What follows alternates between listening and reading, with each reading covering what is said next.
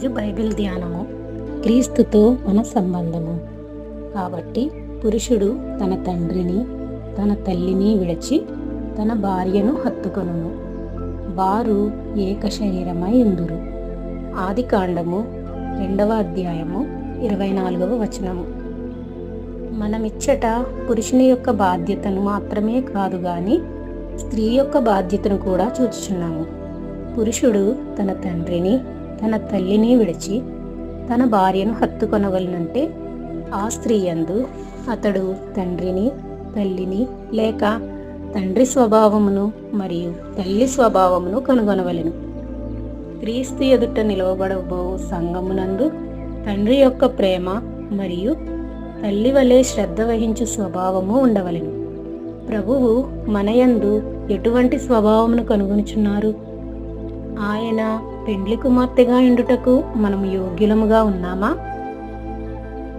ఒక పురుషుడు తన భార్యను ప్రేమించినందున తన తండ్రిని తన తల్లిని విడిచి ఏలాగున ఆమెను హత్తుకొనుచున్నాడో, అలాగే యేసు సంఘమును ప్రేమించటం వలన తన తండ్రి రొమ్మును పరలోకమును విడిచి మనుష్యుని యొక్క రూపంలో భూమి మీదకు వచ్చెను. అది కలంకమైనను ముడత అయినను అటిది మరేదైనను లేక పరిశుద్ధమైనది గాను నిర్దోషమైనది గాను మహిమగల సంఘముగాను ఆయన తన ఎదుట దానిని నిలవబెట్టుకొనవలనని దాని కొరకు తన్ను తాను అప్పగించుకొనెను. ఎఫెసీలకు రాసిన పత్రిక 5వ అధ్యాయము 25-27 వచనాలు. ప్రభువు మనలను ఎంతగా ప్రేమించుచున్నాడు? మనం ఎంతగా ఆయనను ప్రేమించుచున్నాము? క్రీస్తు మరియు సంఘము పరిశుద్ధాత్మ అభిషేకము మూలముగా ఏకము చేయబడి ఉన్నారు మరియు సంఘము ఆత్మఫలమును ఫలించుట వలన ఆ సంబంధములో ఎదుగుచున్నది. మనము కూడా ప్రభువుతో ఏకమై ఆయన కొరకు ఫలించదముగాక.